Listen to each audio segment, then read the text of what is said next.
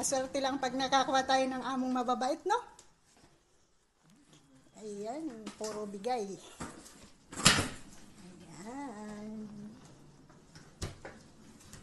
Ayan guys, ang mga Pilipino, hard worker. Ayan si Kuya. Ang galing ni Kuya. Kuya, ang bait mo naman. Okay lang, Ted.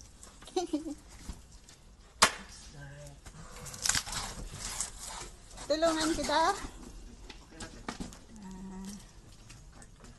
Sige.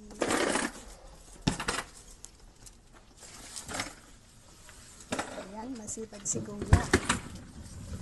Ayan, nakapaalam pala ako. Makakapagtrabaho na ako. Dumating na si Kuya eh. Ayan, papunta ng Pilipinas na.